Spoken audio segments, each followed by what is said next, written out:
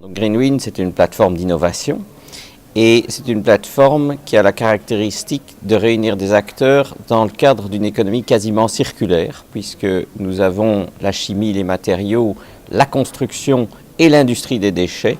Et donc, on retrouve des gens qui d'habitude ne se parlent pas.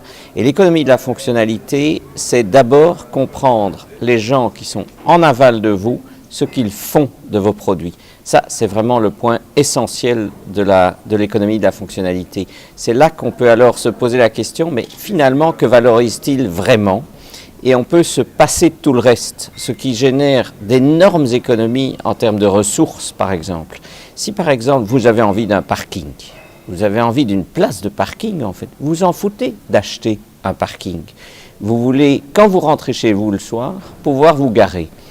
Et d'autres en ont peut-être envie le matin, parce qu'ils vont travailler.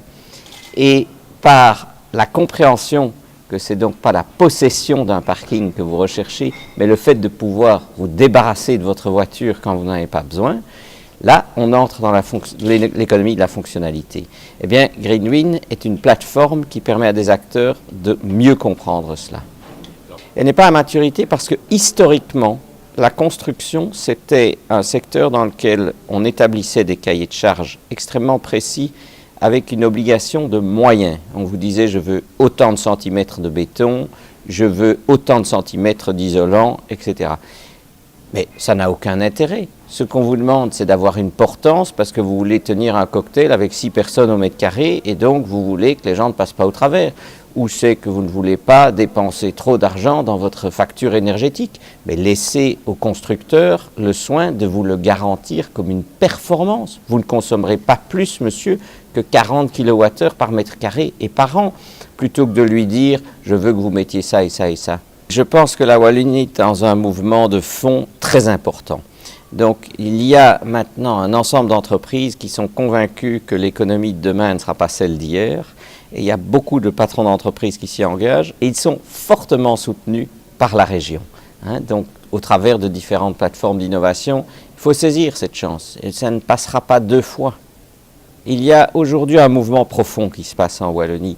Je crois que tout le monde est conscient que l'économie qu'on a connue dans le passé, depuis en fait la révolution industrielle, est à son terme et qu'il faut autre chose pour la remplacer. Ça ne se construit pas en 24 heures, mais il y a une dynamique à la fois du côté des entrepreneurs, des patrons d'entreprise et du secteur public qui soutient quand même fortement toute cette mutation.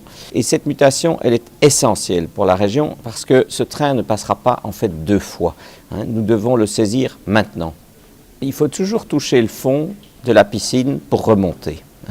Donc je crois que c'est une opportunité, ces situations. Regardez comment certains pays comme l'Irlande ont rebondi à certaines périodes de leur histoire. Donc il n'y a aucune fatalité. Je crois à un moment, c'est vrai qu'on doit se dire, est-ce que je m'accroche au passé ou est-ce que j'avance ?